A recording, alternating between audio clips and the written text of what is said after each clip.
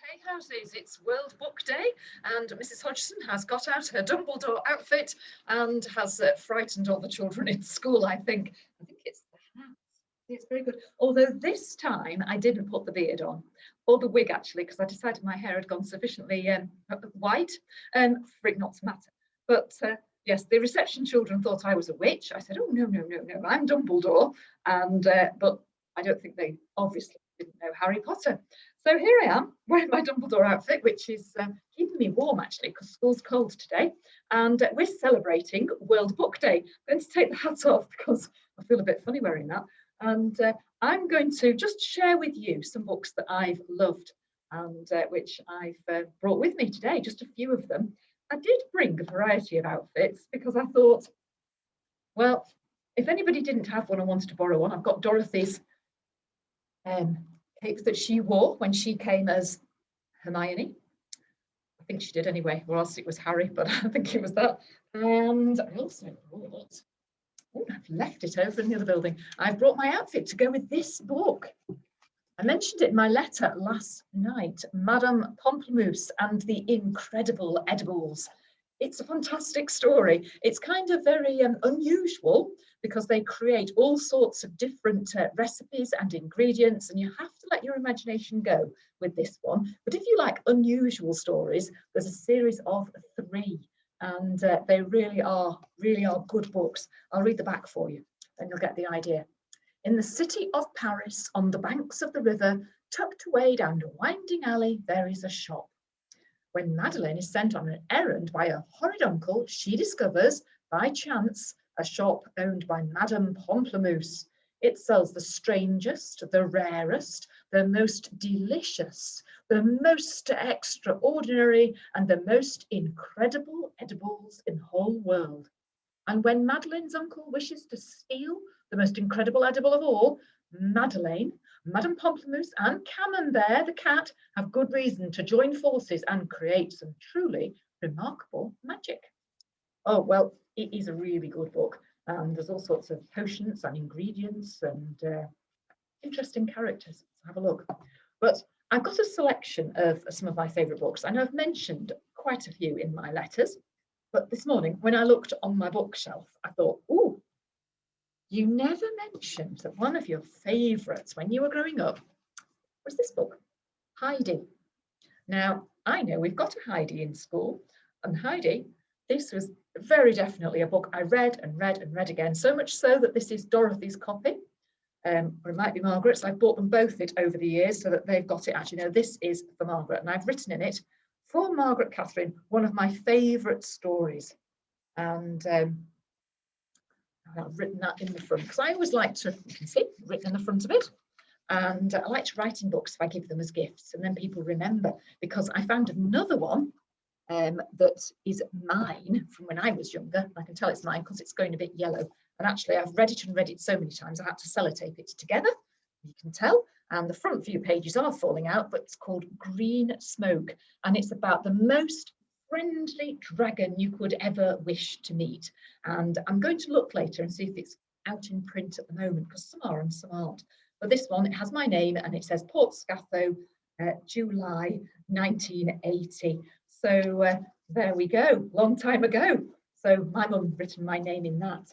So, but Heidi, and I was very lucky because my mum had Heidi Grows Up and Heidi's Children, the 2 follow-on books, which I don't think are in print anymore. So this was my mum's book, and it has the most gorgeous pictures in it, and it's set in Switzerland, and it's a lovely story, both Heidi and Heidi Grows Up, and you know, might read that tonight. So just to refresh my memory. I like rereading books I've really loved. I don't know if you're like that. I know some of you, when you're younger, you have picture story books. I know the girls did, that they wanted me to read again and again.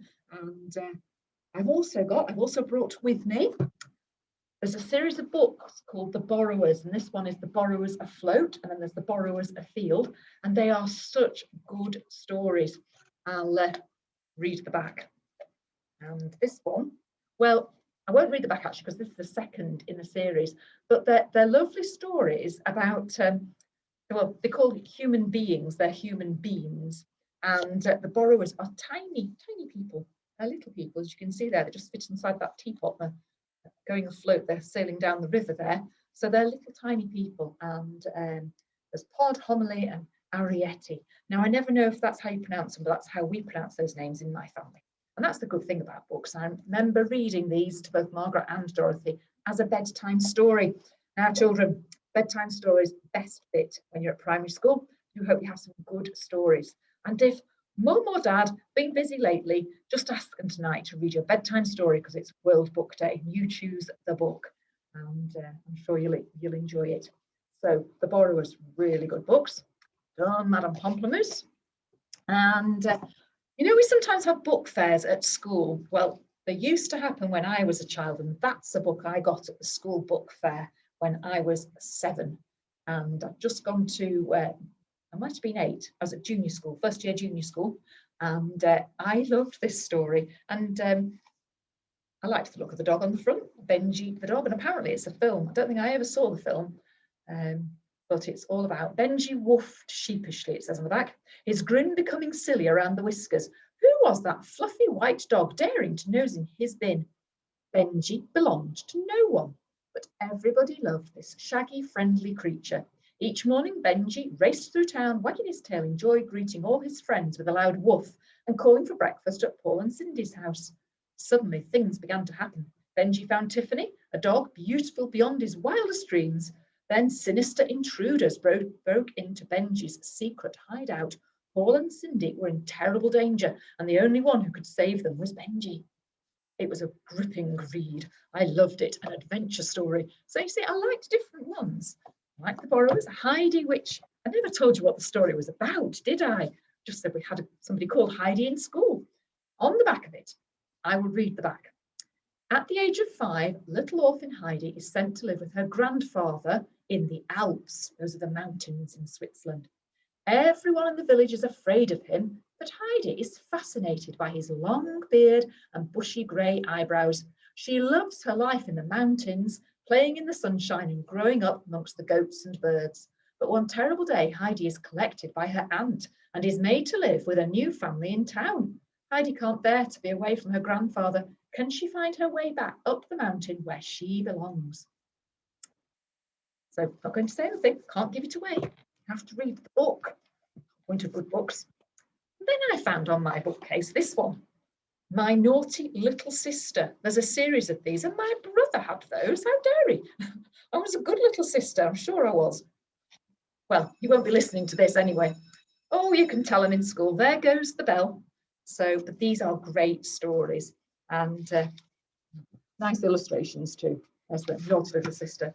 I'm sure I probably did some of the things in this, but I wasn't quite as bad. My naughty little sister is the naughtiest little girl in the world. She is guaranteed to cause mischief wherever she goes. She digs up the garden, eats all the trifle, and she doesn't like the tooth fairy. Oh dear. So eats all the trifle. I always quite like trifle. And what else did I bring along? Oh yes, Anne of Green Gables. There are so many copies of this at home. This is mine, but it hasn't got my name in, definitely mine. And I've bought it for the girls. They've got nice modern versions, but I didn't bring one of those. And there's a whole series of books. I've mentioned this before, but Anne of Green Gables, it's a great read. Now, where does it say? That's the bit about it here. It says, first published in 1908, the story of this mischievous, talkative, red-haired orphan was inspired by a faded newspaper clipping which read, elderly couple apply to orphan asylum for a boy. By mistake, a girl is sent. And it says Green Gables was a bestseller straight away. And it's set in a beautiful part of Canada, Prince Edward Island. So the scenery they describe is beautiful. But she's very talkative and she gets up to mischief. So if you like people just getting into trouble, and the good stories, they make you laugh. She dyes her hair green in one episode.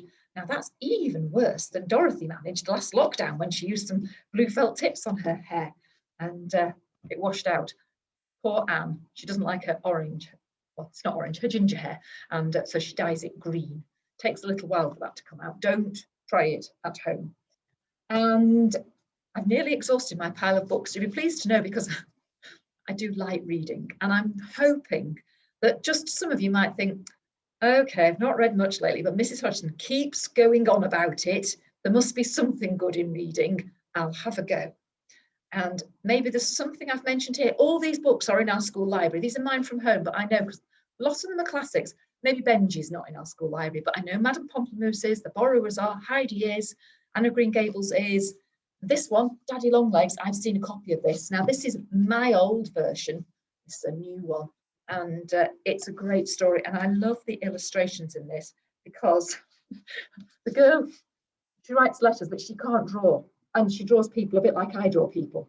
And she does all sorts of funny little pictures of things all the way through this. I'm just trying to find you a good example because it's letters she writes.